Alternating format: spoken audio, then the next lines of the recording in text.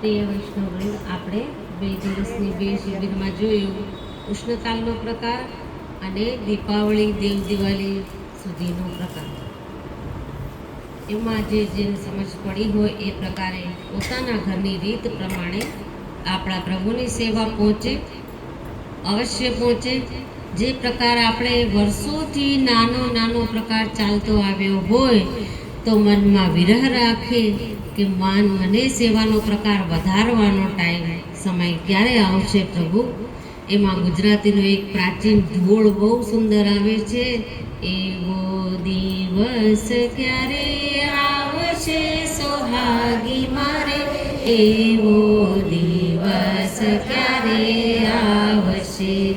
સેવા તે પ્રભુજી સિદ્ધ કરાવી, અલૌકિક દેહ ધરાવશે સોહાગી મારે, એવો દિવસ ક્યારે આવશે.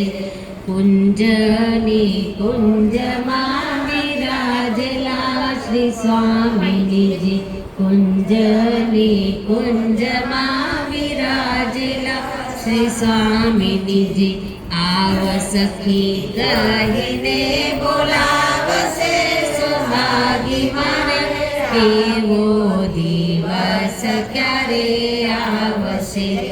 લાલા લહેરી તુમારા ચરણોમાં રહેજે, લાલા લહેરી તુમારા ચરણોમાં રહેજે.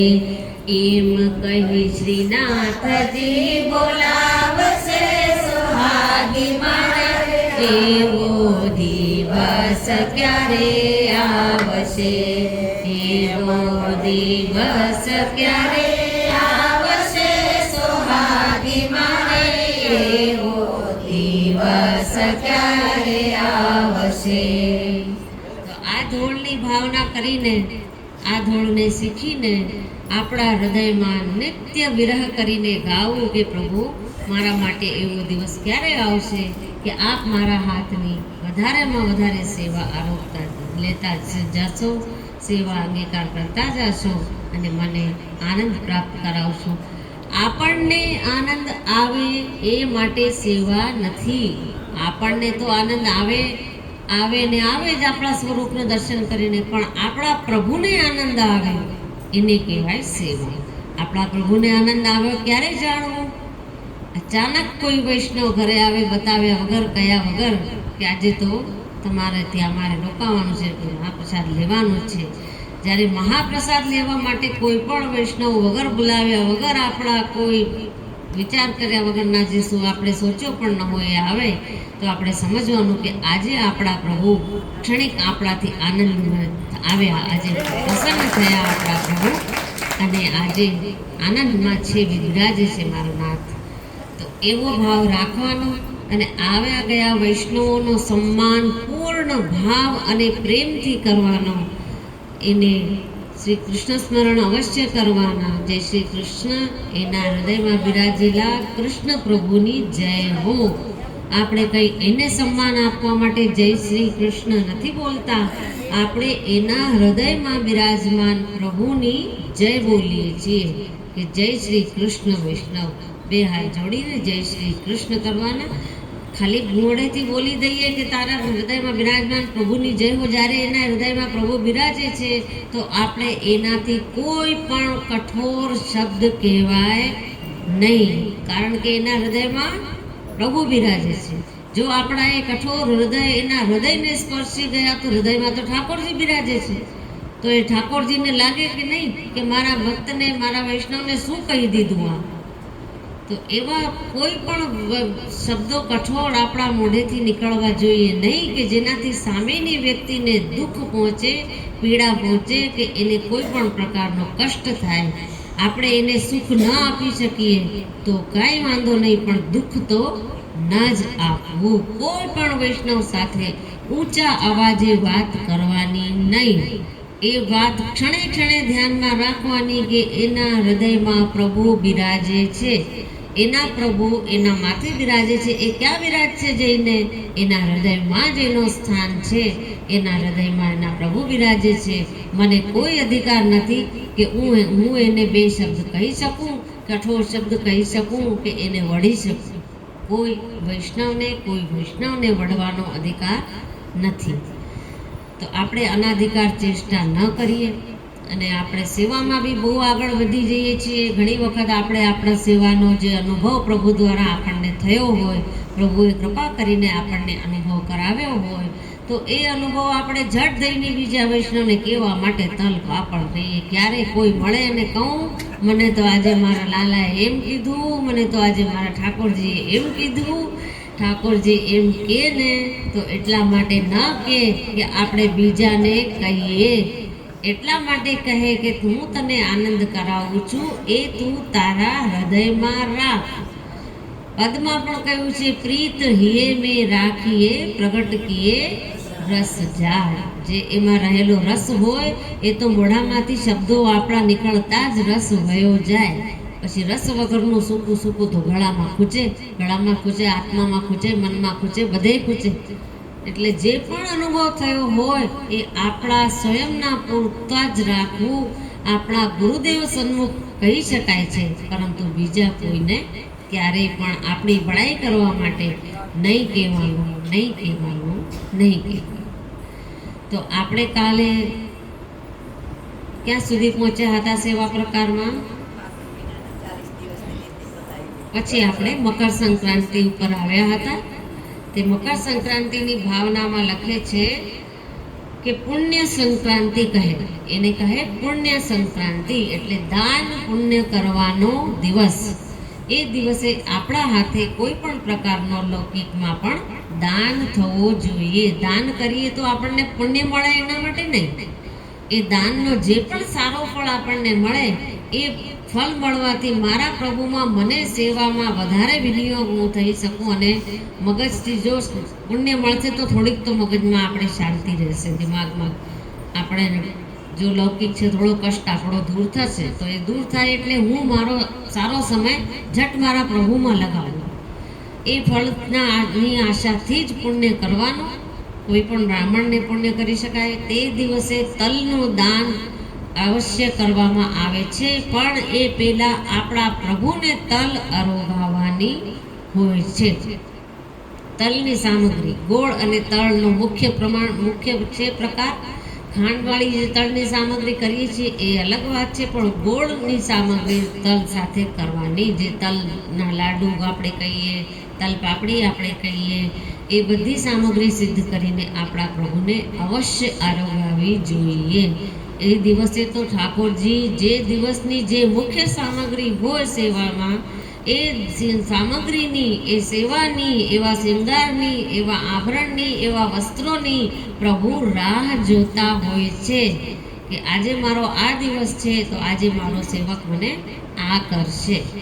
તો એને જે રાહ જોએ છે મારો પ્રભુ, તો આપણે એને મનોમન આપણા ઠાકોરજી સાથે વાત કરવી, મનોમન, કોઈને દેખાડવા માટે કે સંભળાવવા માટે નહીં. મન આપણું આપણા પ્રભુમાં રાખી અને મનમાં ને મનમાં એની સાથે આપણે વાતો કરતા રહેવાની. આપણે વાતો કરતા રહેશું તો એ વાતો કરતા થશે અને આપણી વાતોનો જવાબ અવશ્ય આપણા મનને જ આપશે. એ અટલ વિશ્વાસ હોવો જોઈએ કે હું જે કરું છું સેવા મારા પ્રભુની હે નાથ, હું તો મારાથી બનતી સેવા કરું છું, કંઈ બને નહીં, પણ આપની કૃપાથી ને મહાપ્રભુજીની આજ્ઞાથી અને આશીર્વાદથી, એની કાનીથી જે કરું છું એ આપ સ્વીકાર કરજો. એટલી વિનંતી કરી દીનતાથી, દૈન્ય ભાવ રાખીને, હું દાસ છું પ્રભુ, જડ દઈને પ્રભુના સખીને ચખા નહીં ભૂલી જવાનું કે અમારો તો સખ્ય ભાવ છે, હોઈ જ ન શકે. જ્યાં સુધી આપણો દાસ્ય ભાવ સિદ્ધ ન થાય ત્યાં સુધી આનાથી આગળનો ભાવ આવી જ ન શકે. કેમ કે એક એક કરીને પગથિયા ચડાય ને, એક સાથે ચડવા જઈએ તો આપણે જ્યાં હોઈએ ત્યાંથી પણ પડી જઈએ.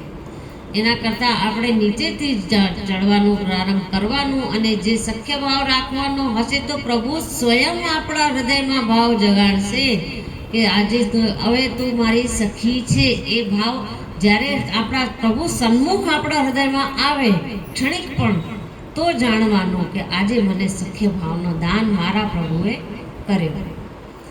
તો એ પ્રમાણે એની ભાવના રાખવાની અને એ દિવસે ઠાકોરજીને પણ આપણે ચરખડી નાની દોરાની લપેટીને રેશમી દોરાની કે પ્રભુને ખૂંચે નહીં હાથમાં ઓલો ખૂંચતો દોરો કે કોટનનો દોરો રાખવો નહીં, રેશમી દોરી લપેટવાની જેથી આમ લીસી હોય અને નાનકડી બનાવીને ધરવાની.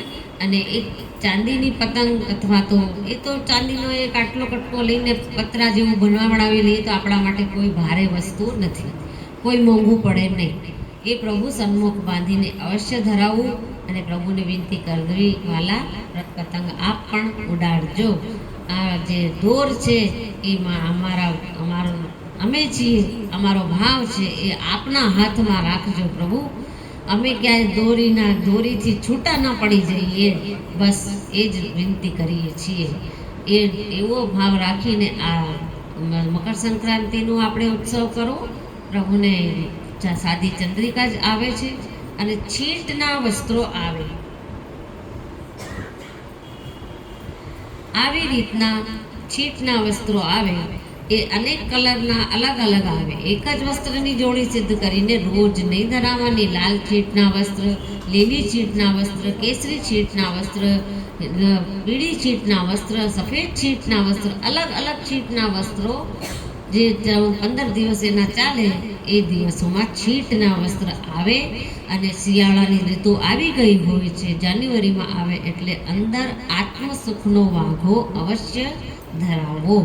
આત્મસુખનો વાઘો એટલે લાલ વસ્ત્રની 2 પળનો વાઘો અને વચ્ચે એકદમ પતલી રૂનો પળ આવે એવો વાઘો સિદ્ધ કરવાનો. એ આત્મસુખનો વાઘો કહેવાય અને એ લાલ જ કલરનો હોય. કોઈ જગ્યાએ ઘણી જગ્યાએ મેં શ્યામ જોયો છે, પણ એ કયા ભાવથી ધરાવતા હોય છે એના ભાવનો એને ખબર. પણ લાલ વાઘો આત્મસુખનો આવે. આપણામાં લાલ વસ્તુ પહેલાં આવે, કેમ કે લાલ રંગ છે એ પ્રેમનો રંગ છે. લાલ રંગ પ્રેમનો રંગ છે અને સ્વામીજીના હૃદયનો રંગ, હૃદયનો જે ભાવ છે એ લાલ રંગમાં છે. એટલે એ લાલ આત્મસુખનો વાઘો ધરાવો. અને અન્ય શૃંગાર પ્રભુના જડાઉ આવે છે. શિયાળામાં જડાઉના શૃંગાર ચાલુ થઈ જાય. અને પછી પ્રભુને જો શીતકાલમાં સવારના મંગળામાં ટોપો અવશ્ય ધરાવો. પાગ વળી કરી અને ટોપો ધરાવી દેવાનો, તેથી કે મારા બાળકના, મારા લાલનના કાન ઢાંકેલા રહે, એને પવન લાગે નહીં, એને ઠંડી લાગે નહીં. એ પ્રમાણે ટોપો ધરાવવાનો હોય છે. તો ટોપો ધરાવવાનો. અને ઘણા પછી શૃંગારમાં પણ ટોપો ધરાવી દેવતા હોય છે. તો હલકા શૃંગાર જે દિવસે પ્રણાલિકામાં લખેલા હોય કે હા આજે હલકા શૃંગાર છે તો ટોપો ધરાવી શકાય અને શૃંગારમાં પણ ધરાવી શકાય છે.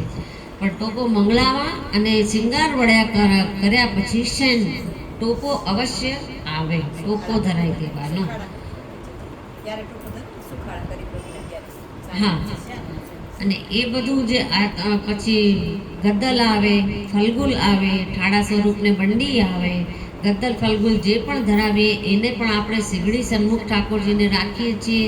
એમાં થોડોક સેજ ઉપરથી તપાવી લેવાનો, ગરમ કરીને પછી પ્રભુને ધરાવવાનો. આપણે ગુજરાતમાં તો એટલી બધી ઠંડી પડતી નથી કે એટલું ગરમ આપણે કરી શકીએ. અહીંયા પણ ઋતુ પ્રમાણેનું સેવા કહ્યું છે કે જેવો દેહ તેવી સેવા. જેવો આપણને દેહમાં અનુભવ થતો હોય એવી જ રીતે પ્રભુને વસ્ત્રો ધરાવવાના. પણ યશોદાજીના અને વ્રજની ભાવનાથી થોડાક તો ગરમ વસ્ત્ર એટલે આત્મસુખ અને વાઘો પ્રભુને આવે જ. આત્મસુખ તો આવે જ. આત્મસુખ ધરાવવાનો. તો એના પછી ઓઢણી ઉપરથી ધરાવવાની, ગાદીની માળાઓ ધરાવવાની, જડાઓ અને ઝારીજી જેમ આપણે નિત્ય ભરીએ છીએ એ પ્રમાણે ભરવાની. અને ઝારીજી ઉપર પણ એક લાલ રંગનો કોટનનો સુતરાઉ વસ્ત્ર ઢાંકી દેવામાં આવે છે, કારણ કે ઝારીજી ઠંડા ન થઈ જાય. એ વસ્ત્ર આપણે એ ભાવથી ઢાંકીએ છીએ કે જળ વધારે ઠંડુ ન થઈ જાય તો ઝારીજીને ઢાંકી રાખીએ. કારણ કે નેવરો ભીનો હોય છે. ઘણા નેવરો ઠંડીમાં દિવસોમાં ભીનો કરતા નથી, પણ ભીનો કરવું જોઈએ અને કરવું પડે છે. કારણ કે એક તો લૌકિક ભાવ છે કે પાટલી જામે નહીં, પાટલીવાળો નેવરો હોય. અને બીજો ભાવ છે કે શ્રી યમુનાજીના ભાવથી આપણે ઝારીજી ભરીએ છીએ તો શ્રી યમુનાજી આર્દ્ર સ્વરૂપ છે. જે યમુનાજીના દર્શન બ્રજમાં આપણને થાય છે એ સ્વરૂપે યમુનાજી બિરાજે છે. તો એ સ્વરૂપે જ પ્રભુ યમુનાજી આપે સીધા પ્રગટ થઈને ઠાકોરજીની સેવામાં પધારે છે. એ ભાવથી આપણને નેવરાના વસ્ત્રને ભીનો રાખવાનો પણ નીચવી દેવાનો, ટપકતો નહીં રાખવાનો કે ટીપા પડતા હોય ને પ્રભુ સન્મુખ એમને ભીનું થઈ જાય એવું બધું નહીં કરવાનું. નીચવીને એકદમ વ્યવસ્થિત કરી હાથ ફેરવીને પછી નેવરાની પાટલી વારવાની અને નેવરા ઉપર વસ્ત્ર ઢાંકી અને એ પ્રકારે પધરાવવાનો. સન્મુખ બીડાનો બંટો આવે. સામગ્રીનો બંટો જે ભર્યો હોય એ શૈયા મંદિરમાં રહે. કેમ એ બીડો એ શૈયા સામગ્રીનો બંટો ખુલ્લા દર્શનમાં કે એમ પ્રભુ સન્મુખ આવે નહીં. માત્ર બીડાનો બંટો આવે. જે બીડાનો બંટો સન્મુખ પધરાવવાનો. એ દરેક સેવાની રીતોમાં બંટાનો એક જ પ્રકાર છે, એક જ પ્રકાર ચાલે કે બીડાનો બંટો સન્મુખ આવે અને સામગ્રીનો બંટો શૈયાજી પાસે રહે. અને શૈયાજીની અલગ ઝારીજી ભરવાની અનોસરમાં. એ અનોસરની ઝારીજી અલગ હોય છે અને નિત્યની ઝારી જે નિત્ય બિરાજતા હોય ઠાકોરજી ત્યાં બિરાજતી હોય છે. એ નિત્યના ઝારીજી હોય અને એક ઝારીજી અનોસરમાં શૈયાજી સન્મુખ અલગ બિરાજે. જ્યારે પોઢે પ્રભુ ત્યારે અનોસરના ઝાડીજી વડા થઈ જાય અને નિત્યના ઝાડીજી સન્મુખ આવી જાય. એ આપણે આ ઉત્તરાયણનો પ્રકાર થઈ ગયો. એના પછી આપણે આવે સીધા આનંદના, ઉછળવાના, કૂદવાના દિવસો, એટલે કે હોળી ખેલના દિવસો. એમાં એનું નામ જ છે હોલી. એટલે હે પ્રભુ મેં આપકી હોલી, હું આપની થઈ ગઈ. એટલે શરૂઆત જ એનાથી છે કે હોલી, હે લાલન હું આપની થઈ ગઈ. હવે હું તો થઈ ગઈ, હવે આપને જેમ રાખવું હોય એમ રાખો પ્રભુ. પણ એ ભાવ અને એ જે છે એ હોળીના 40 દિવસ પૂરતું જ છે. પછી આપણે દ્વિતીયા પાઠથી જ પાછા દાસત્વ ભાવ આવી જાય છે. એટલે આ હોળીના દિવસોમાં 4 પ્રકારના યુથ હોય. 4 યુથની 40 દિવસ હોય. 10 દિવસ એમાં હોય છે હોળીના, 10 દિવસ હોય છે ખેલના, એના પછીના 10 દિવસ હોય છે ફાગના, અને છેલ્લા 10 દિવસ હોય છે રસિયાના. તે રસિયાના 10 દિવસોમાં આપણે અરસપરસ પ્રભુ સાથે જેમ આપણો ભાવ ઉત્પન્ન થાય એવી રીતે આપણે રમી શકીએ છીએ. એવો અધિકાર શ્રી મહાપ્રભુજી શ્રી ગુસાઈજીએ પ્રણાલિકા અનુસાર આપણને આપ્યો છે.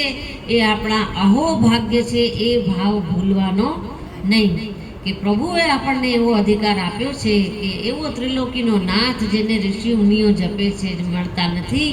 એ આપણા વશમાં મહાપ્રભુજીએ પધરાવી દીધા છે, આપણા અધિકારમાં પધરાવી દીધા છે કે તમે એને તમારી રીતે આનંદ કરાવો. તો એ અધિકારથી ખેલના દિવસોમાં આપણે છેલ્લા 10 દિવસોમાં રસિયામાં ખૂબ ભારે ખેલ પ્રભુ સાથે કરી શકીએ છીએ. એમાં ફૂલનો રંગ, ફૂલફાગ પણ આવે અને પ્રભુને બધા જ રંગો આવી જાય. પહેલા 10 દિવસમાં કેવલ ચંદન, ચોવા, ગુલાલ અને અબીર 4 જ વસ્તુ આવે 10 દિવસ સુધી. બીજા રંગ આવે નહીં. જે અબીર છે એ ચંદ્રાવલીજીનો ભાવ છે, ગુલાલ છે એ રાધા સહચરીજીનો ભાવ છે, અને ચંદન છે એ શ્રી સ્વામિનીજીનો ભાવ છે, અને ચોવા છે એ યમુનાજીનો ભાવ છે. આ 4 યુથના 4 મુખ્ય જે સખી છે, સ્વામિની છે, એ 4 જનો અધિકાર 10 દિવસ સુધી પ્રભુને ખેલાવવાનો હોય છે. એટલે એ 4 જ કલર આવે. 4 હોળી દાંડા પછી 4-5 કલર બીજા આવે, અને હોળી દાંડા પછી ધમાર આવી જાય. ધમારના પદ બોલાય છે, એ પદ ચાલુ થઈ જાય. ધમાર ચાલુ થાય, રસિયા નહીં. રસિયા ધમાર પછી ચાલુ થાય.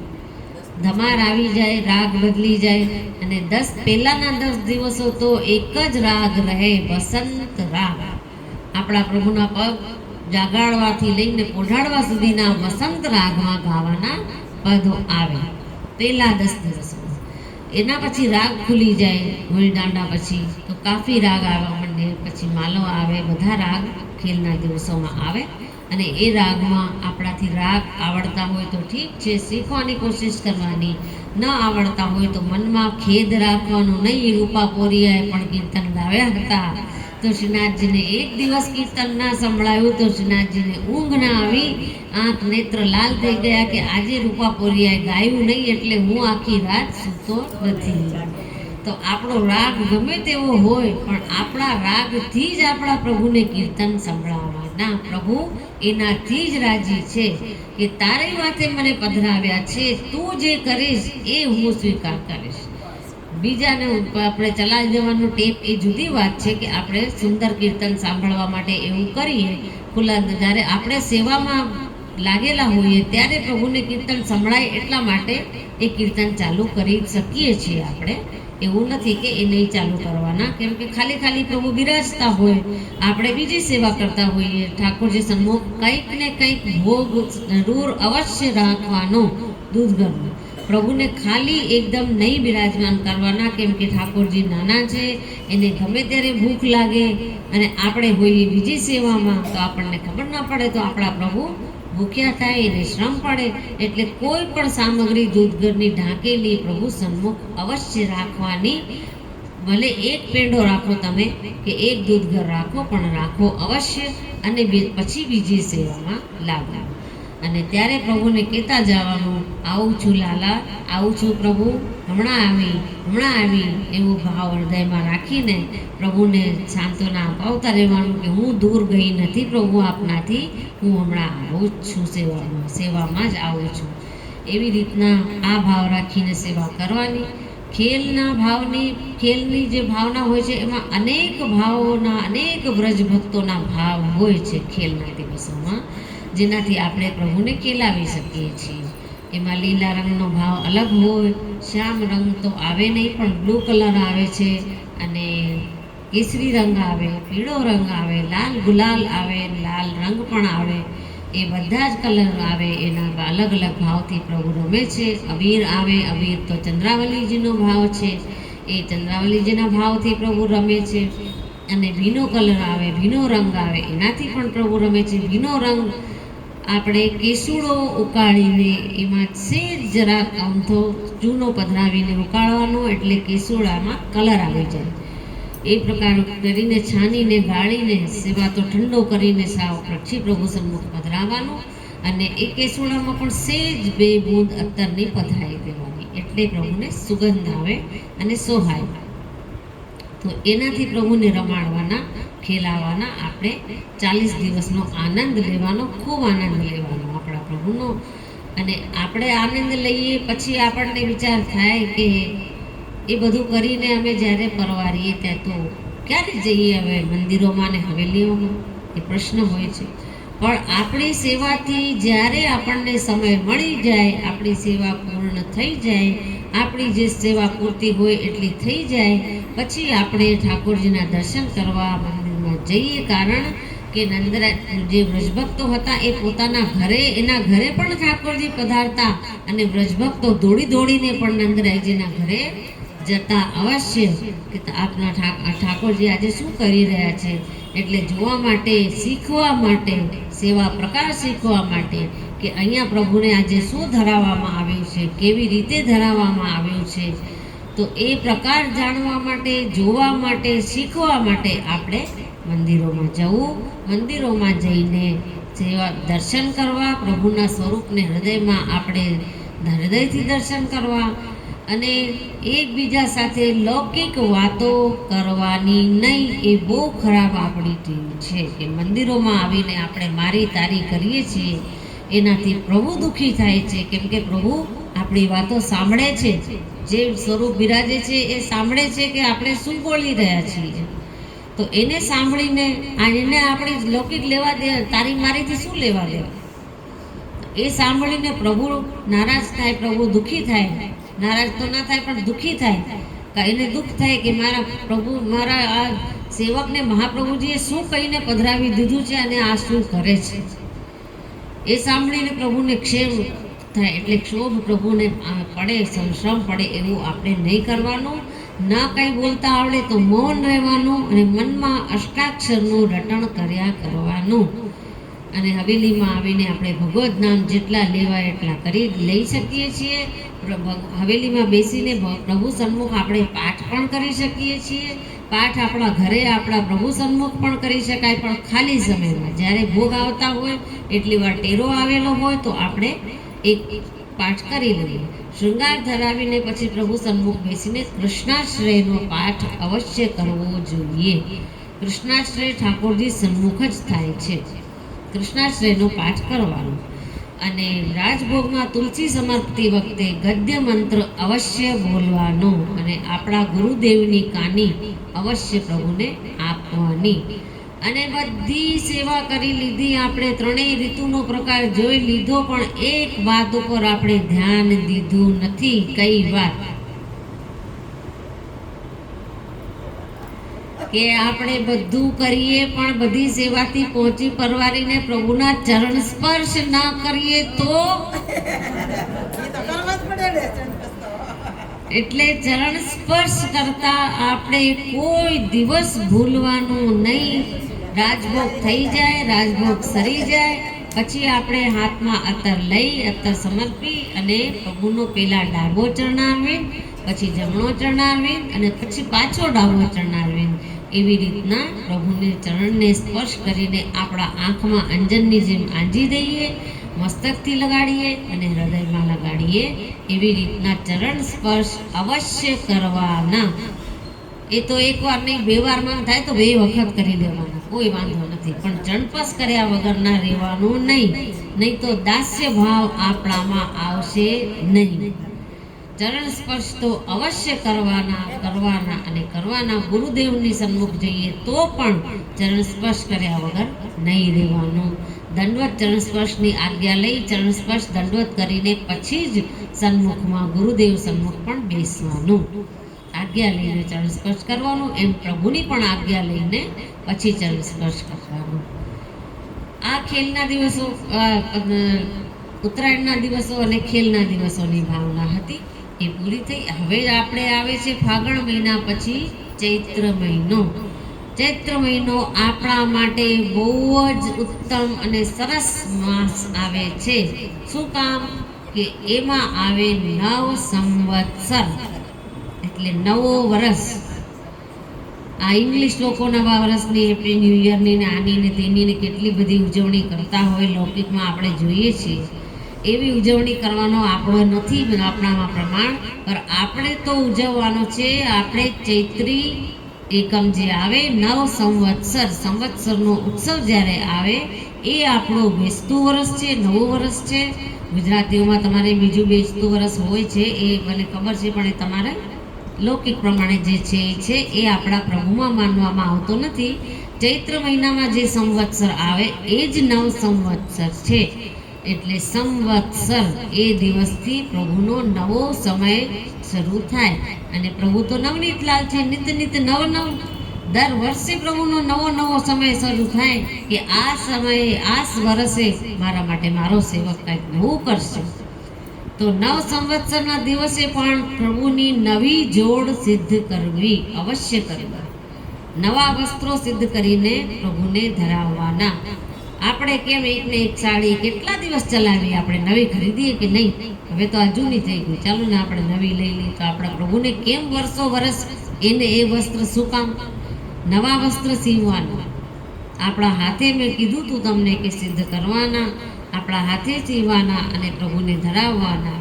નવ સંવત્સરના દિવસે લાલ છાપાના વસ્ત્ર આવે. લાલ છાપાના એ વસ્ત્રો જે નવવિલાસના દિવસોમાં આવે છે એ જ. અને ત્યારથી જ આપણે ચૈત્રી નવરાત્રિ પણ ચાલુ થાય છે. એટલે એ આ પ્રમાણનો છાપો આવે. વસ્ત્ર લાલ આવે સંવત્સરના દિવસે, પણ છાપો આ પ્રમાણનો આવે. આમાં ચાલુ વસ્ત્ર પણ આવે, એને સારામાં સારો ભારેમાં ભારે વસ્ત્ર આવે, એકદમ પ્યોર કોટન, નરમ. અને આ જે જરી હોય છે એ પણ હાથમાં ચોટે નહીં, પ્રભુને શ્રીઅંગમાં અડે નહીં, એવી રીતના સુંદર વસ્ત્રો મળે છે. સુંદરમાં સુંદર, ઉત્તમમાં ઉત્તમ વસ્તુ જોઈને આપણા પ્રભુ માટે આપણે ખરીદવાની, લેવાની. અને જો આપણે પ્રભુ માટે મેવો લેવા ગયા હોઈએ તો પ્રભુના માટે કે મારા ઠાકોરજી માટે લઉં છું તો 10 રૂપિયા ઓછા કર ને ભાઈ, નહીં. એ શબ્દો બિલકુલ નહીં બોલવાના કે મારા પ્રભુ માટે લઉં છું. અરે હું શેના માટે, મારા પ્રભુ માટે શું લઉં છું એ તો દુનિયાને ખબર પડવી જ ના જોઈએ. જેમ સેવા કરતા હતા નારાયણદાસ ઘરમાં અને કોઈને ખબર પડતી નહોતી એ રીતે સેવા કરતા અને તાળો બહારથી દઈને જતા, અંદરથી ઠાકોરજી બંધ કરી લે, કોઈને ખબર પડી નહીં કે નારાયણદાસ સેવા કરે છે. એવી રીતના આપણે સેવાનો ભાવ તો આપણા હૃદયમાં ગુપ્ત રાખવાનો હોય છે. એ તો કોઈ ભગવદીય, આપણા પરમ ભગવદીય, પરમ આપણા જે સ્નેહી હોય જન એ મળે તો એની સામે જ એ પ્રકટ થાય, નહીં તો જેમ તેમ પ્રગટ થાય નહીં. અને આપણે અકળાવીએ જો ભાવમાં વચ્ચે તો આપણા ગુરુદેવ સન્મુખ જઈને વિનંતી કરીને પૂછવાનું કે ફોનથી પૂછવાનું કે વોટ્સઅપથી પૂછવાનું. હવે તો બહુ સુવિધાઓ વધી ગઈ છે, કોઈને કોઈ તકલીફ નથી. કોઈ ના કહી શકે કે પ્રભુ અમને ખબર નથી પડતી. કેમ નથી પડતી? ગુરુદેવને પૂછો, ફોન કરો, વોટ્સઅપ કરો, મેસેજ કરો, અવશ્ય તમને જવાબ મળશે. અને જો સાચો રસ્તો જે સેવાનો છે એ તમને જાણવા મળશે, જોવા મળશે. તો એ રીતે આપણા બુદ્ધિ પ્રમાણે નહીં પણ આપણા ગુરુદેવની આજ્ઞા પ્રમાણે, આપણી પ્રણાલિકા પ્રમાણે અને આપણા ગુરુ ઘરની આજ્ઞા પ્રમાણે સેવા કરવાની. એ જ રીતે સેવા કરીને આપણા પ્રભુને આપણે સુખ કમાવાનો પ્રયાસ કરવાનો. ચૈત્ર મહિના પછી આપણે ચૈત્રી નવરાત્રિ આવે, એમાં પણ 9 દિવસ એ જ બે વસ્ત્રો આવે છે. અને એના પછી આવે ગણગોર. ગણગોર આવે એનો રાજસ્થાનમાં બહુ જ વધારે પ્રમાણમાં ચલન છે. હું પણ રાજસ્થાનની છું એટલે મને ખબર હોય કે ગણગોર રાજસ્થાનમાં બહુ માનવામાં આવે છે. અને આપણામાં ગણગોરની પૂજા લખેલી છે, કેમ કે બ્રજભક્તોએ યમુનાજીના કાંઠા ઉપર દેવીની અને પ્રતિમા બનાવીને પૂજન કર્યું હતું. અને એ પૂજન કર્યું હતું કે શેના માટે? કે અમને પતિના રૂપમાં પ્રભુ મળે, બીજા અમને નથી જોતા, એ જ માંગુ છું. બધા જે દેવતા આપી શકતો હોય એની પાસે માંગવા તૈયાર છીએ કે અમારા પ્રભુ અમને મળે. એટલે એમાં આવે બાંધણીના વસ્ત્રો અને લેરિયાના વસ્ત્રો, એ આવે આપણે એમાં ગણગોરના દિવસે લાલ બાંધણીના વસ્ત્ર આવે. અને શ્રાવણ મહિનાનો લેરિયો ને એ બધું મેં બતાવ્યું હતું. તો લેરિયા આ પ્રમાણેના આવે. હાથથી છાપેલા લેરિયાના વસ્ત્ર લેવાના. એટલે મશીનથી બનેલા પણ આવે છે, એવા નહીં લેવાના. નાથક દ્વારામાં બહુ સુંદર પ્રકારનું બધું સેવા પ્રકારની વસ્તુ મળે છે. એ આપણે અવશ્ય કોઈ જતું હોય તો મંગાવી લેવાની, નકર આપણે પોતે જઈને લઈને આવવાનું. આપણા પ્રભુ માટે આપણે ગમે ત્યાં જવાની તૈયારી રાખવાની કે જઈશ, કેમ નહીં જાઉં. મારા પ્રભુ માટે જો સુંદર વસ્તુ મળતી હોય તો હું અવશ્ય લઈને આવીશ. મારા માટે જ્યારે લઈ શકું છું, ખર્ચો કરી શકું છું, આંખ બંધ કરીને આપણા માટે આપણે મોંઘા પાટની વસ્તુઓ લઈ લઈએ. અને પ્રભુ માટે જ્યારે આવે ત્યારે આપણે હલકું લેવા જઈએ.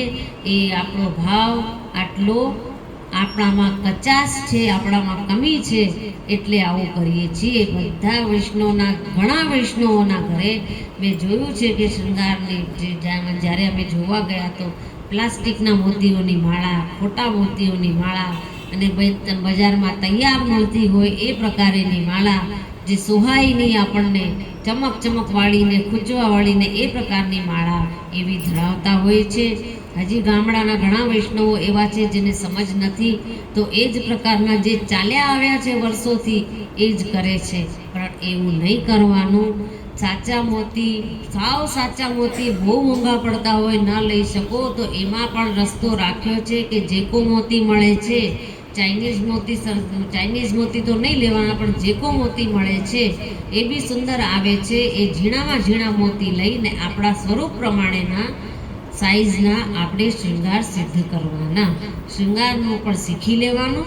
અને આપણા હાથે જ જો બની શકે તો આપણે પ્રભુ માટે પ્રભુનું ધ્યાન ધરીને કે આ માળા આવી બનશે અને હું આવી રીતે મારા પ્રભુને ધરાવીશ તો મારા ઠાકોરજી કેવા લાગશે, એવો ધ્યાન મનમાં ધરી અને આભરણ સિદ્ધ કરશો તો ઠાકોરજી સુંદરમાં સુંદર સિદ્ધ કરાવશે, અવશ્ય કરાવશે. કેમ કે એને સુંદર વસ્તુ જોઈએ છે, પ્રભુને તો સુંદર વગર કાંઈ ગમે જ નહીં.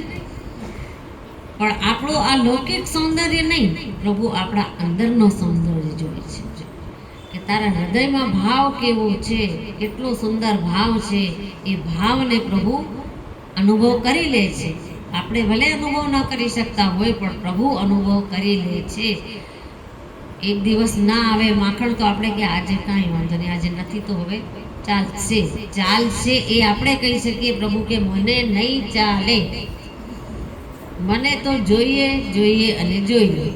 તો પ્રભુ માટે તો આપણે આ જ તૈયારી રાખવાની કે મારા પ્રભુ માટે તો મને એ કોઈ પણ વસ્તુ ગમે ત્યાં મળતી હોય, ગમે તેટલી મોંઘી મળતી હોય, ગમે ત્યારે તેવી મળતી હોય, પણ મને જોઈએ જોઈએ અને જોઈએ. મારા પ્રભુ માટે તો મને જોઈએ જ. એવો હઠ, એ હઠ આપણે જરૂર રાખી શકીએ. સેવામાં હઠ રાખવાનો, બીજો આપણે લૌકિક હઠ રાખવાનો નહીં. લૌકિક હઠમાં ઝઘડો થાય અને અલૌકિક હઠ રાખીએ તો પ્રભુ પ્રસન્ન થાય. લૌકિકમાં હઠ રાખીએ તો ઝઘડો થઈ જાય કે આ તો તારી હઠ છે. એ નહીં રાખવાની, લૌકિક હઠ નહીં રાખવાની. અને મનમાં હઠ રાખવાની તો સેવાની રાખવાની કે મારા પ્રભુને ઉત્તમમાં ઉત્તમ વસ્તુ હું ધરાવું. આપણે વાર્તાના પ્રસંગો યાદ કરતા રહેવાના કે 1.25 લાખ રૂપિયાનો ગુલાબનો એક ફૂલ લઈ લીધો હતો. અત્યારે પણ ગુલાબની કિંમત જો જરાક વધી જાય તો વૈષ્ણવો ગુલાબ લાવતા બંધ થઈ જાય, ફૂલ બંધ થઈ ગયા, જે મોંઘા ભોગ થઈ ગયા.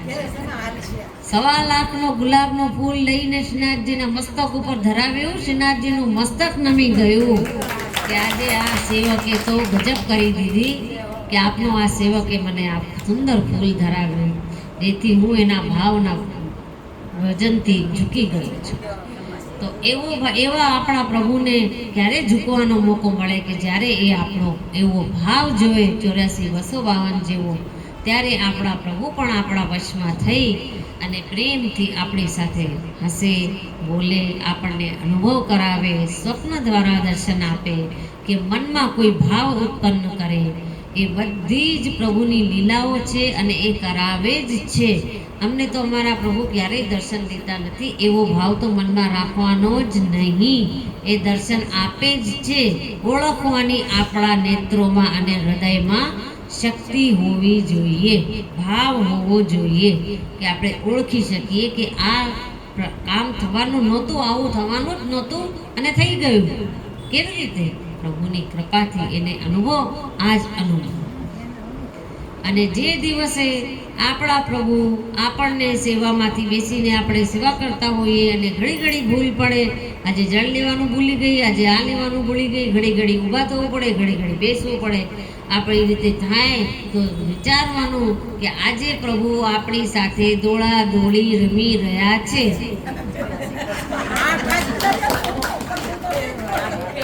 પ્રભુને તો રમવું હોય, તમારા પગ લૌકિક જે થાય એ બરાબર છે, પણ પ્રભુને તો તમારી સાથે રમવું જ હોય તો એ દોડા દોડી કરાવશે જ. તમે નિરાત લઈને બેસી જાઓ, નિરાત તો સેવામાં થઈ જ નહીં. આપણામાં નિરાત લખેલી નથી.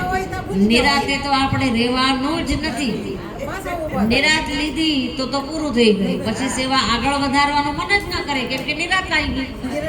નિરાત નહીં લખવાની, નિરાત તો રાખવાની જ નહીં. અને જે દિવસે આપણે જોજો, તમે ક્યારેક ધ્યાન આપજો કે કોઈ પણ શૃંગાર વસ્તુ તમારી નજર સામે પડી હશે પણ તમને નહીં દેખાય. એ ઠાકોરજી હાંસી કરે છે તમારી સાથે, છુપાવીને રાખે એના શ્રીહસ્તથી, અને તમને સામે પડી હશે પણ નહીં દેખાય. પછી અચાનક દેખાઈ જાય કે અરે આ તો અહીંયા જ હતો, મને મળ્યું. તો એ પ્રમાણે પ્રભુ આપણી સાથે અનુભવ જતાવે જ છે. કોઈના પણ ઠાકોરજી પુષ્ટાવ્યા પછી જો ગુરુદેવ દ્વારા બિરાજતા હોય અને એ અનુભવ ન જતાવે એવું બની જ ના શકે. આપણી સાથે તો બની જ ના શકે. આપણે પુષ્ટિ માર્ગીય વૈષ્ણવ છીએ, શરણમાં આવી ગયા છીએ, બ્રહ્મ સંબંધ લઈ લીધું છે, પ્રભુ ઘરમાં પુષ્ટાવીને ગુરુદેવ દ્વારા પધરાવી લીધા છે, તો એ આપણી સાથે હાંસી ખેલ લીલા કરવાના જ છે અને કરશે. એ જ વિશ્વાસ રાખીને મંદિરમાં પ્રવેશ કરવાનો, દંડવત કરવાનો કે હે પ્રભુ આજે આપને જેમ મારી સાથે રમવું હોય એમ રમજો અને લીલા કરજો. પ્રભુ આપની જે ઈચ્છા હોય એ પ્રમાણે કરાવજો. ભલે મને કષ્ટ પડે, એ ખોઈ જ નાખે. તમે ગોતતા રહ્યો, કેમ કે તમારો મન એટલા સમય એ નેત્રમાં જ રહે કે નેત્ર ક્યાં ગયા, નેત્ર ક્યાં ગયા, નેત્ર ક્યાં ગયા. નકર સેવા કરતા કરતા ઘણા વિચારો આવી જતા હોય છે કે કાલે ત્યાં જવાનું છે, આજે ત્યાં જવાનું છે, આજે લૌકિકનો આ છે, એ નહીં. પ્રભુ ભાવ હટાવીને વસ્તુ ખોવાઈ નાખે ને એમાં મન પરોવી દે. આપણો મન એમાં પરોવી દે કે તું છોડ એ બધું, આ મારી વસ્તુ, આને ગોત, અહીંયા આવો, મારી પાસે રહે, મારી પાસે રહે.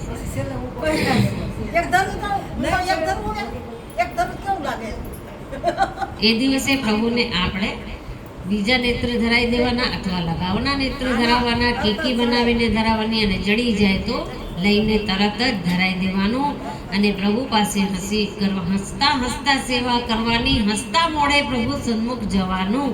ક્યારેય પણ મોઢું બગાડીને કે ક્લેશ મનમાં રાખીને કે દુઃખ મનમાં રાખીને કે કોઈ ફરિયાદની ભાવના મનમાં હોય કે પ્રભુ મારું આ ન થયું, આપે આ ના કર્યું, એવો ભાવ તો ક્યારેય પુષ્ટિ જીવના હૃદયમાં આવવાનો લાવવાનો નહીં. કેમ કે પુષ્ટિ જીવ આપણા પ્રભુને આપણા ક્યારેય પણ વિનંતી કરી શકતા નથી. કારણ કે એ બાલ ભાવથી આપણે સેવા કરીએ છીએ, બાળક રૂપ સ્વરૂપે આપણે પાસે બિરાજે છે. તો આપણા જે લૌકિક છોકરા હોય છે એની પાસે આપણે કંઈ માંગીએ, એને આપીએ, લાવીને લે ભાઈ તું હવે આ લઈ લે, આ લઈ લે, એને આપીએ. આપણે લઈ માગીએ થોડી એની પાસે. તો લૌકિક બાળક પાસે જ્યારે ન માગી શકીએ તો આ તો અલૌકિક બાળકનું સ્વરૂપ લઈને પ્રભુની મહાપ્રભુજીની કાનીથી આપણી પાસે બિરાજે છે, તો એની પાસે આપણે કેમ માગી શકીએ? એટલે વાર્તામાં આવે બિલ્લીનો પ્રકાર, બિલૈયાનો, કે તમે બિલ્લીથી બી ગયા, બિલાડીથી બી ગયા. ત્યાં ઓલા મોટા મોટા રાક્ષસો તો ઠાકોરજી અંતર ધ્યાન થઈ ગયા, બોલવાનું બંધ કરી દીધું કે તે આજે મારા મહાત્મ્યને માની મને ના માન્યું. તારો પ્રેમ તારા હૃદયમાંથી મહાત્મ્યના સ્વરૂપમાં પલટાઈ ગયો એટલે એને બોલવાનું બંધ કરી દીધું. તો આવી રીતે આપણા ઠાકોરજી બોલવાનું બંધ ન કરી દે એનું ધ્યાન રાખજો. ઘણા વિષ્ણુ કહે છે હું સેવા બહુ કરું પ્રભુ, પણ મારું મન લાગતું નથી. મન આપણા બે હોય છે, એ ધ્યાન રાખજો. કોઈ પણ કામ કરવા આપણે જઈએ તો એક મન અંદરથી આપણને ભાવ ઉત્પન્ન કરે કે આ કરી લે, અને બીજી વખત તરત વિચાર આવે કે નહીં નહીં આમ નહીં આમ કરવું. એટલે એ મનના બે સ્વરૂપો છે, એક અંતર્મન અને એક બાહ્ય મન. તો અંતર્મનનું જ્યારે આપણે સાંભળવા માંડશું ત્યારે આપણો ભાવ મન સેવામાં પરોવાઈ જશે. લાગે નહીં મન, એ તો બની જ ન શકે. સ્વરૂપ જ એ પ્રમાણે પધરાવ્યા છે મહાપ્રભુજીએ કે મારું સર્વસ્વ પધરાવું છું, તો એમાં શું કમી રહી છે? જ્યારે સર્વસ્વ એમને આપણને પધરાવી દીધું તો પછી એમાં શું કમી રહી છે કે આપણને ભાવ ન ઉપજે? અને ન ઉપજે, જો ન જ ઉપજે અને સેવામાં મન ન લાગે તો સમજી લેવું કે આપણે એ લાયક નથી. પ્રભુ નથી ઈચ્છતા કે આપણે સેવા કરી શકીએ. જો મન ન જ લાગે અને સેવા ન થાય તો એટલું સમજી જવું અને એનું પ્રાયશ્ચિત્ત આપણા ગુરુદેવ પાસે પૂછીને અવશ્ય કરવું કે મારાથી શું અપરાધ થયું કે મારું મન સેવામાં બિલકુલ જાતું નથી. તો એ જે ગુરુદેવ રસ્તો બતાવે એ પ્રમાણે કરીને પછી અવશ્ય સેવામાં મન બધી જગ્યાએથી હટાવીને જેટલી વાર સેવા કરીએ એટલી વાર તો ત્યાં ને ત્યાં જ રાખવું. અને જે તો પ્રવચનમાં આજ્ઞા કરતા હોય છે કે મન ન લાગે અને મન બીજે જાય તો આપણે મનમાં ને મનમાં મનને કહી દેવાનું તારે જવું હોય તો તું જા, હું નહીં આવું, મારે નથી આવું, હું તો અહીંયા છું. તો ઓલો કે હું એકલો ક્યાં જાઉં, હું અહીંયા છું. લે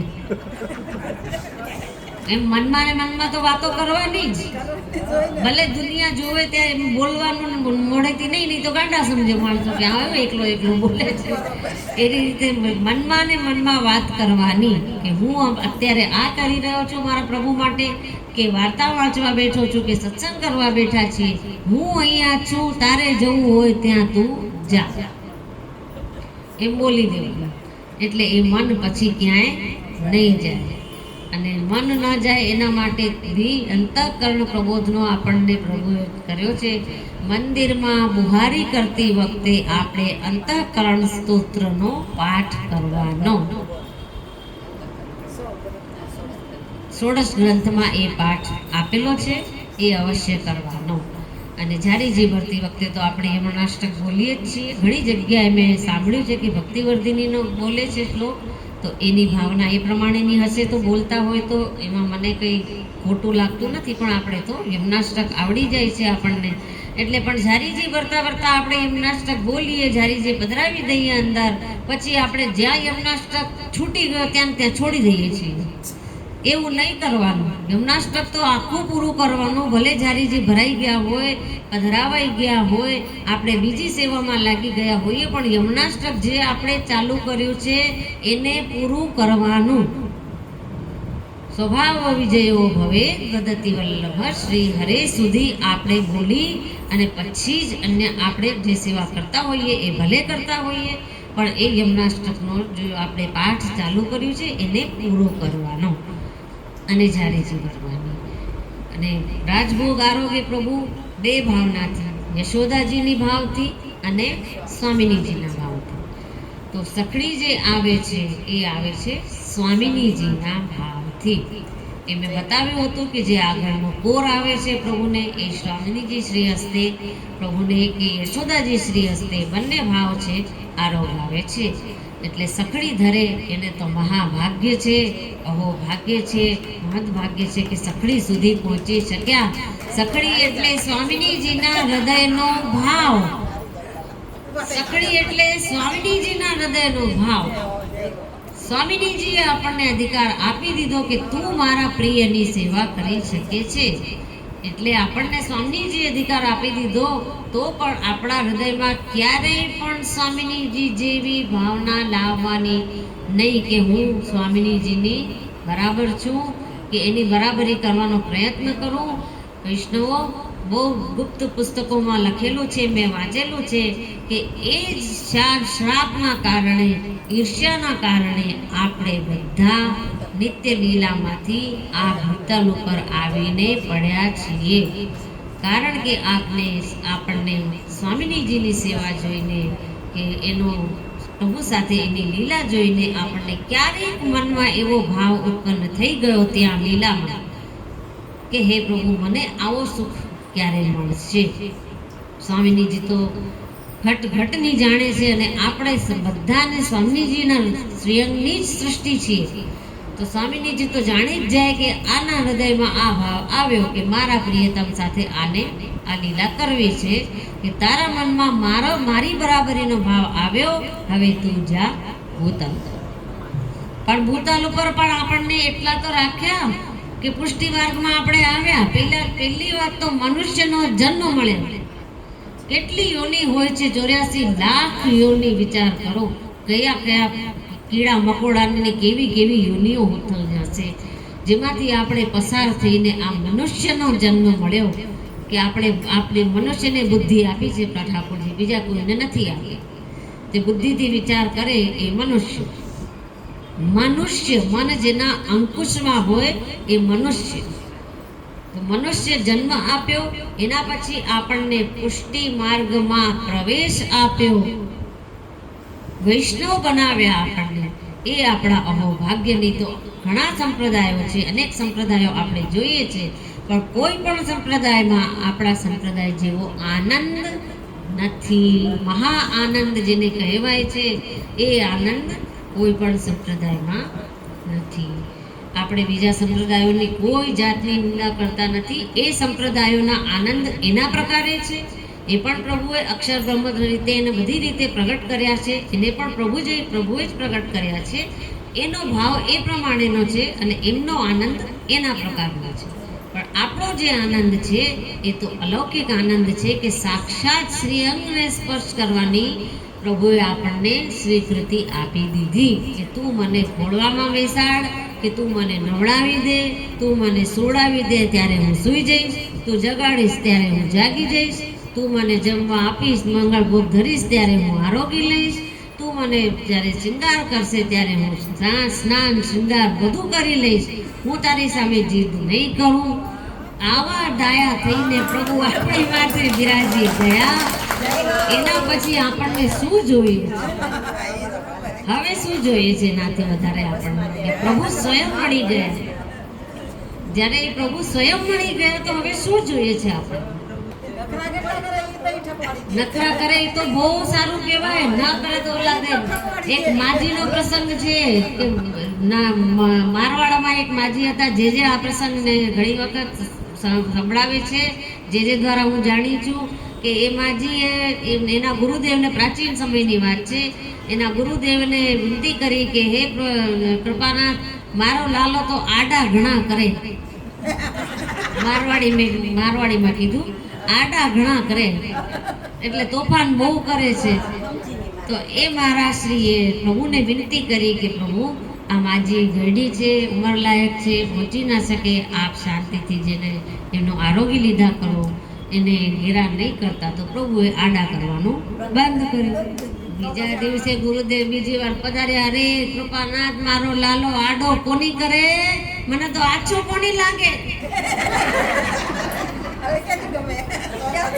આડા કરતો તો મને બહુ આછું લાગતું, એટલે ગમતું તું, મને તોફાન કરતો હતો. તો હવે તો સાવ શાંત બેસી રહે છે, જે મારો ભાવ એ મારો બી લે છે, બધું કરવું તો કરી લે છે. ના પ્રભુ, મને તો કૃપા કરો, વિનંતી કરો કે ભલે આડા કરે, એ જ મને ગમે. એ જ્યારે જતાવે તો ખરું, કંઈક તો જતાવે કે હા ઠીક, હું તારી સેવા સ્વીકારું છું. કંઈક તો અનુભવ થવું જોઈએ. છેડછાડથી જ અનુભવ થશે કે પ્રભુને આપણે થોડાક છેડ્યા, એને પણ આપણને છેડ્યા, તો જ અનુભવ આપણને આવે હૃદયમાં કે ક્યાંક તો એને આપણને છંછેડી દીધા. તો પ્રભુને ઘણી વખત આપણે કહીએ છીએ, પણ ઠાકોરજી ઉપરલી સેવામાં ગુસ્સો કરવો નહીં.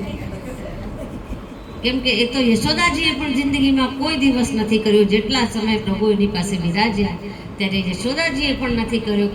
કેટલા તોફાન બ્રજમાં પ્રભુ કરતા હતા, પણ યશોદાજીએ પણ કોઈ દિવસ નથી કર્યો. એક દિવસ ઉખલથી બાંધી દીધા અને જે નલકુબર મણિગ્રીવનો ઉદ્ધાર થયો એ તો પ્રભુની ઈચ્છાથી જ થયું. યશોદાજીના મનમાં એવો ભાવ હતો નહીં, પણ પ્રભુને નલકુબર મણિગ્રીવનો ઉદ્ધાર કરવો હતો, એટલે યશોદાજીના મનમાં ભાવ ઉત્પન્ન કર્યો કે મને તું બાંધી દે, કે તો જ આ ઝાડ થયેલા, વૃક્ષ થયેલા એનો ઉદ્ધાર થઈ શકશે.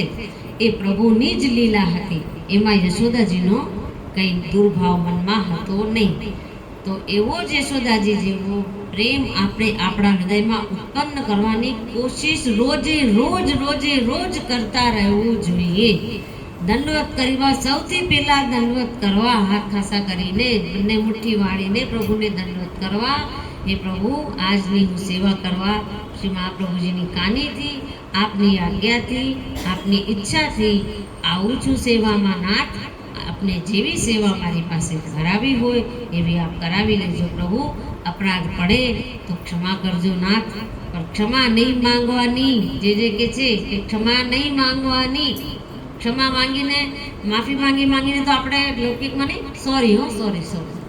સોરી બોલ્યો એટલે બધું આવી ગયું, પતી ગયું જે કર્યું હતું. અરે એક ચાંટો થપ્પડ મારી લીધો પછી કીધું સોરી, એ ના ચાલે. સોરી ઠાકોરજી સોરી ન સ્વીકારે, ઠાકોરજી ન સ્વીકારે. એટલે પ્રભુને વિનંતી કરવાની, પ્રભુ અપરાધ પડે તો દંડ આપજો.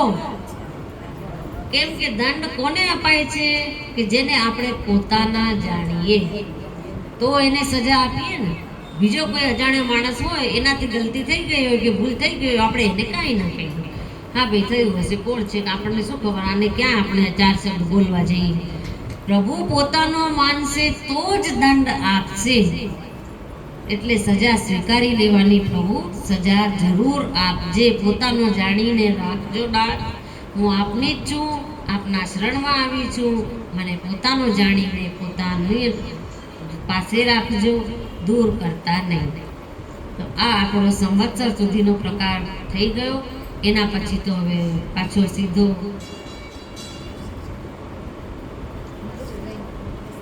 નરસિંહ જયંતિ. નરસિંહ જયંતિનો શ્યામ ચોવાનો વસ્ત્ર હોય છે. ખરી રીત તો એમ છે કે આપણે કેસરી કોટનનો પ્લેન વસ્ત્ર લાવીને ચોવાથી, સળીથી લઈને એમાં ડિઝાઇન કરવાની. ચોવાની કોરના વસ્ત્ર આવે છે, કોરના, ખાલી કોર બનેલી હોય એવા વસ્ત્રો નાથદ્વારામાં મળે છે.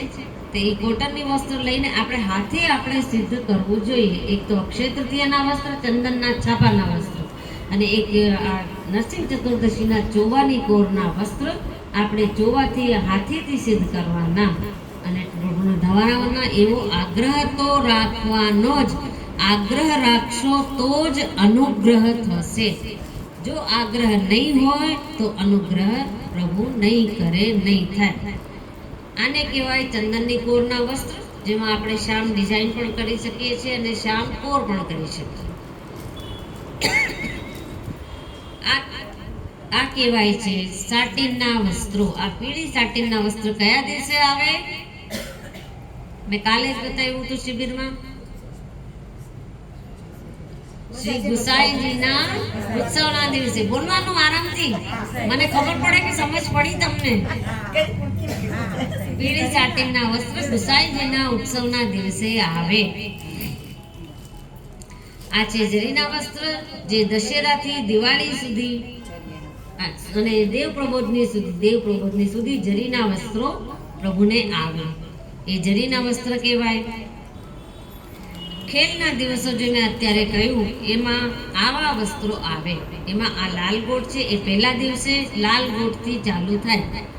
પહેલા દિવસે સફેદ વસ્ત્ર લાલ ગોટવાળા, અને પછી આપણે અનેક પ્રકારના કલરની રંગની ગોટ આમાં મૂકી શકીએ છીએ. સફેદ વસ્ત્ર સફેદ રહેશે, પણ ગોટનો કલર બદલાઈ જશે. પીળી ગોટ, કેસરી ગોટ, બ્લુ ગોટ, શ્યામ ગોટ, એ અલગ અલગ પ્રકારની ગોટ મૂકીને આપણે વસ્ત્ર તૈયાર કરી શકીએ. આપણા પ્રભુના 40 દિવસના ખેલના વસ્ત્ર પ્રભુ કૃપા કરે છે અમારી ઉપર, મારી ઉપર, અને હું તો દર વર્ષે હાથેથી જ નવા ખેલના અનેક પ્રકારની ગોઠના વસ્ત્ર સિદ્ધ કરી શકું છું. પ્રભુએ એટલો સામર્થ્ય મહાપ્રભુજીએ અને પ્રભુએ આપ્યો છે તો કરી શકું છું. તો એ તો કરવાના જ આપણા હાથે. અને આ કહેવાય છે છાંટના વસ્ત્ર. જે અમુક ઉત્સવ આવે છે વચ્ચે વચ્ચે, બગીચાનો આવે, પછી કુંજ એકાદશી આવે, એ બધામાં છાંટવાળા વસ્ત્ર આવે છે. ગુલાબી, સફેદમાં ગુલાબી છાંટ આવે છે અને પીળા વસ્ત્રમાં લાલ છાંટના વસ્ત્ર પણ આવે છે. એ ઘણા ઘરમાં ઘણા વૈષ્ણવો પીળા વસ્ત્ર વસંત પંચમીના દિવસે ધરાવતા હોય છે, છાંટવાળા. એ આવી શકે છે, કારણ કે વસંત પંચમી છે એ દિવસે વસંતીનો દિવસ છે, તો પ્રભુને પીળા વસ્ત્ર આવી શકે છે.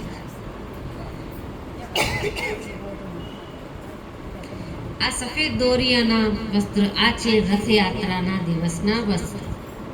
રથયાત્રાના દિવસે સફેદ દોરિયામાં ઊભી લકીરો બનેલી હોય એ પ્રમાણના વસ્ત્ર રથયાત્રામાં આપે છે. અને રથયાત્રાની સેવાનો જે પ્રકાર છે કે રથમાં પ્રભુ બિરાજે છે અને પધારે છે, તો પ્રભુ કેવી રીતે કે ઠાकुर यशोदाजीને વિનંતી કરી કે मैया मोको तो ब्रज में घूमनो है. अरे लाला तू कहाँ घूमने जाएगो, इतना बड़ो ब्रज है, थक जाएगो, ठेर तेरे लिए रथ की व्यवस्था करो. રથની વ્યવસ્થા કરી, રથ સજાવ્યું, રથ સંવાર્યો અને પછી પ્રભુને આખા બ્રજમાં ફેરવ્યા. રથયાત્રાનો દિવસ. અને એ જ દિવસે આપણા શ્રી મહાપ્રભુજીનો હનુમાન ઘાટ ઉપર નિત્ય લીલામાં પધારવાનો દિવસ છે. જે આપણા માટે નિત્ય લીલામાં મહાપ્રભુજી પધાર્યા નથી, ભૂતલ ઉપર જ બિરાજે છે. એ ન બિરાજે તો આપણે ન રહી શકીએ.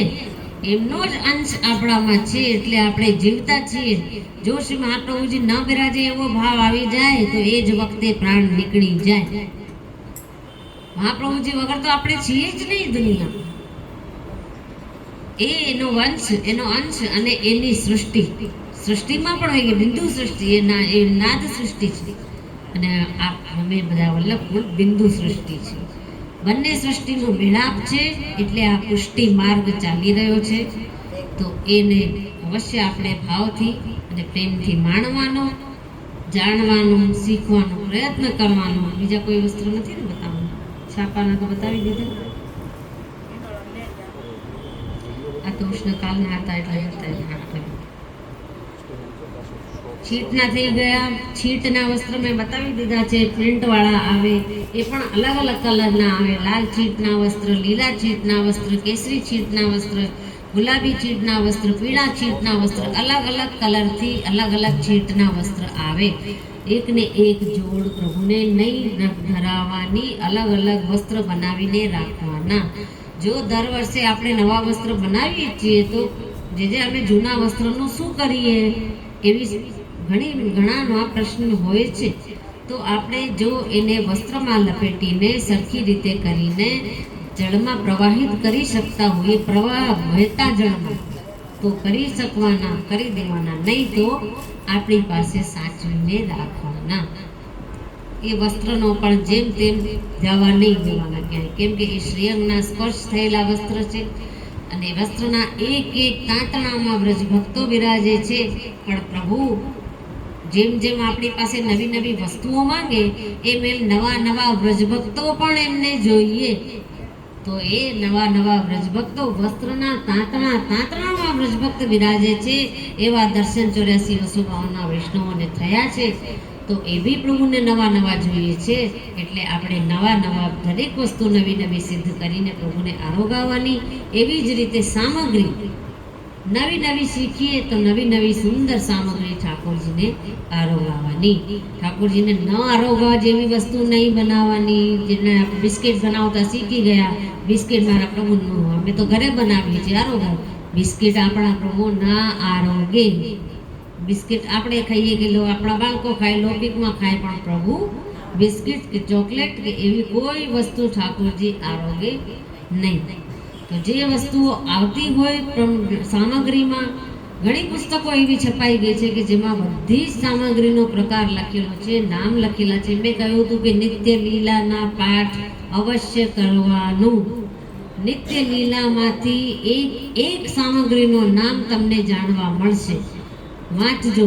બધી જ સામગ્રીઓનું કે ભોગમાં શું આવે એ નિત્ય લીલામાં આવે છે. શ્રી હરિરાય મહાપ્રભુજીની નિત્ય લીલા, એકલી નિત્ય લીલાની પુસ્તક પણ મળે છે અને પાઠના પુસ્તકોની સાથે પણ નિત્ય લીલા આવે છે. ઘણી પુસ્તકોમાં નિત્ય લીલા શ્રી હરિરાય મહાપ્રભુજી દ્વારા રચિત નિત્ય લીલાનું વાંચન આપણે રોજ એકવાર સમય કાઢીને અવશ્ય કરવો જોઈએ.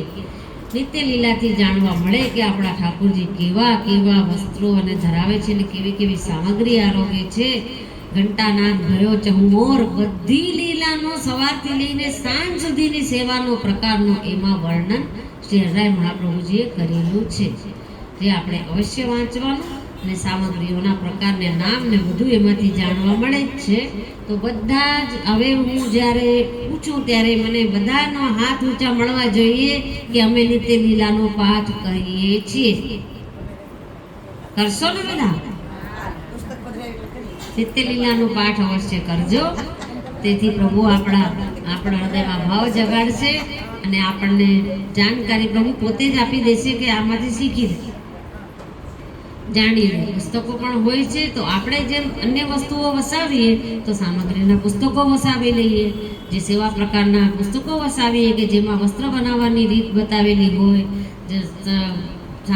આભરણ બનાવવાની રીત બતાવેલી હોય, એ બધા પુસ્તક મળે છે. અને જો વસ્ત્ર બનાવવાની રીતનો આપણે કાલ પણ વાત થઈ હતી કે અલગ એનો પ્રકાર આપણે રાખશું અને અલગથી કંઈક પણ રાખશું બીજું જ્યારે સમય મળશે ત્યારે આપણે અન્ય કોઈ બી વિષય ઉપર કે કોઈ શ્લોક ઉપર કે ગમે એના ઉપર આપણે બીજી શિબિર રાખશું અવશ્ય. તો આજની શિબિર હવે અહીંયા પૂરી થઈ. આપણે ચારેય ઋતુઓના શૃંગાર, ભાવ, વસ્ત્ર, આભરણ, સેવા પ્રકાર, સેવા ભાવ બધું જ જોઈ લીધું. અને એમાં જે મારાથી પણ ભૂલ થઈ ગઈ હોય તો પ્રભુ મને ક્ષમા કરે. અને આપને જો અન્ય કંઈ નવું જાણવા મળે તો અવશ્ય જણાવજો મને પણ. એટલે મને પણ જાણવા મળે. એવું નથી કે હું પોતાને એવું ના માનું કે હું શું કામ પૂછવા જાઉં. બધે જાણવા મળે તો વસ્તુ એક કવિ કહે છે કે સારી વસ્તુ જો કાદવમાં પણ મળતી હોય ને તો લઈ લેવાની. તો સદગુણ જ્યાંથી મળતા હોય તો લઈ લેવાના, ગ્રહણ કરી લેવાના. ભલે એ વૈષ્ણવ હોય આપણા હૃદયનો ભાવ ઘણીવાર કૃષ્ણના હૃદયમાં ઉમળકો આવે, પ્રભુ કરાવે લીલા દ્વારા, તો વલ્લભકુળના હોજી કે બેટીજી કે એના કરતા કોઈના કરતા પણ વધારે ભાવ વૈષ્ણવના હૃદયમાં પણ ઉમળી શકે. અને વૈષ્ણવ તો કોને કહેવાય? વૈષ્ણવ એમાં તો 3 વ છે. એક વ શ્રી વલ્લભનો વ, સ્ણ શ્રી કૃષ્ણનો સ્ણ, અને બીજો વ શ્રી વિઠ્ઠલનાથજીનો વ. એ 3 શબ્દ મળીને બને વૈષ્ણવ.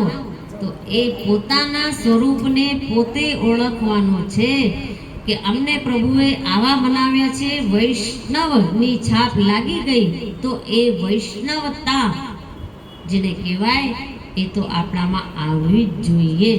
એના માટે આપણે ધોળ બી ગાઈ શકીએ. દયારામભાઈના એટલા સુંદર સુંદર ધોળ છે. તાદ્રશી જણ તેને જાણી રે લોલ, જેમાં એવા ગુણ હોય રે. એ આખો ધોળ જોઈ લેજો અને અવશ્ય એને જાણજો, ગાજો અને એમાં જોજો કે વૈષ્ણવોના લક્ષણ કેવા બતાવેલા છે. નિંદા ન કરે કોઈની રે.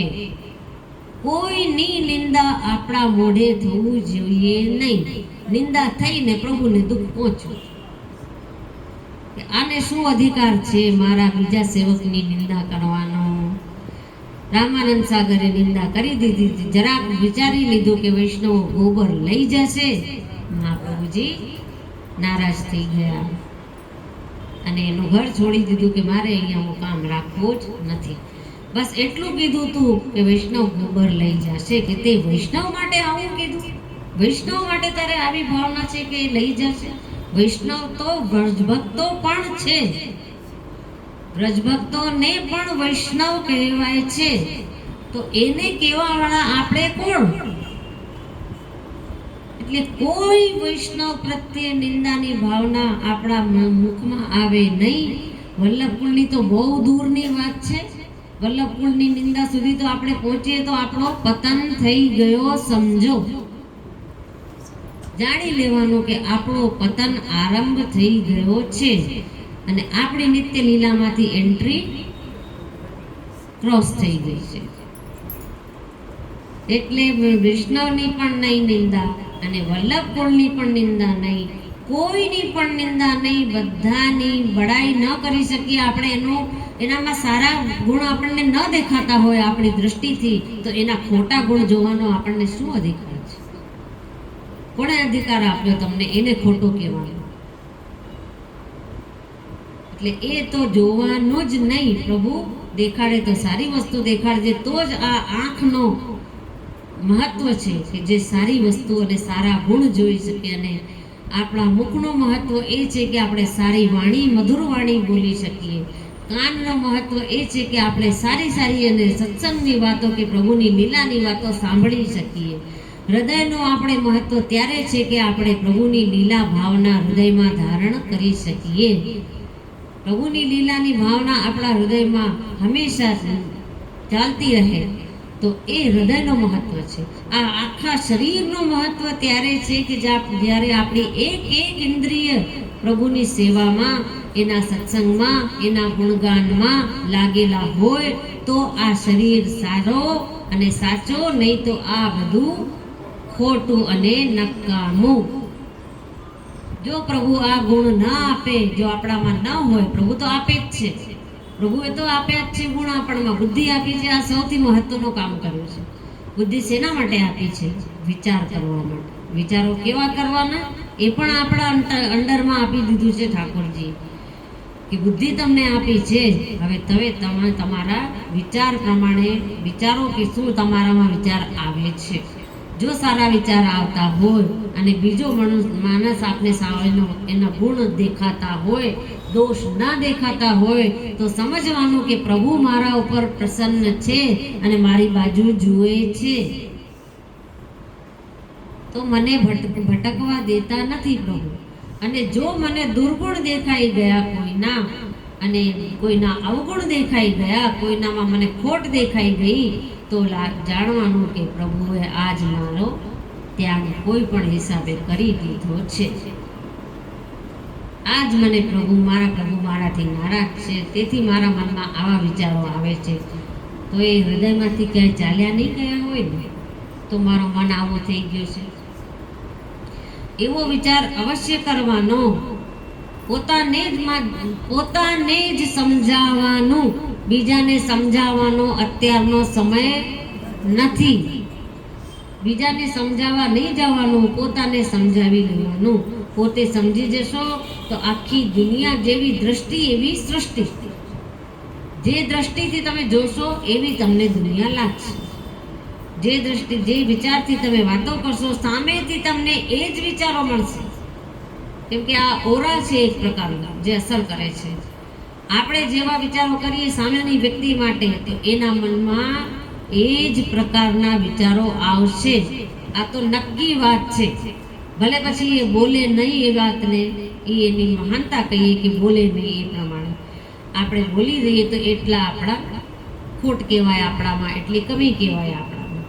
તો એવું ક્યારેય પણ ના થવું જોઈએ. પ્રભુ પાસે માગીએ તો શું માગીએ? હે પ્રભુ, અમને કોઈના દોષ દેખાય નહીં, હોય તો પણ અમને ન દેખાય.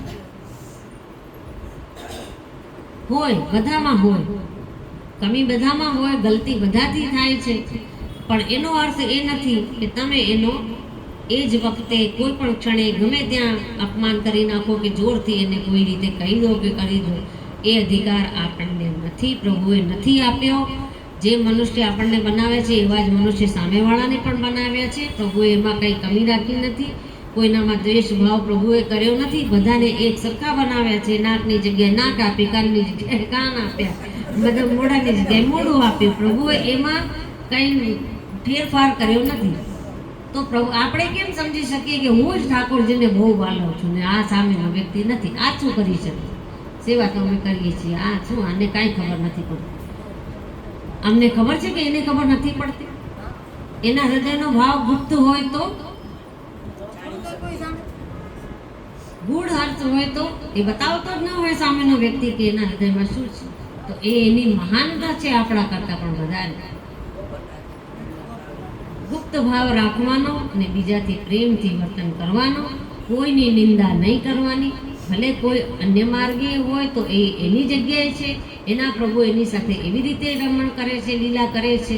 અને આપણા પ્રભુ આપણી સાથે જે પ્રકારે કૃપા કરે રહે છે એ પ્રકારે રહે, આપણને રાખે અને સદા આપણે સેવામાં મન રહે, સત્સંગમાં મન રહે અને વૈષ્ણવોના દોષ દેખાય નહીં. પ્રભુ એટલી જ કૃપા કરજો, બીજા અમને કાંઈ જોઈએ નહીં. બોલો શ્રી વલ્લભાધીશ કી જય.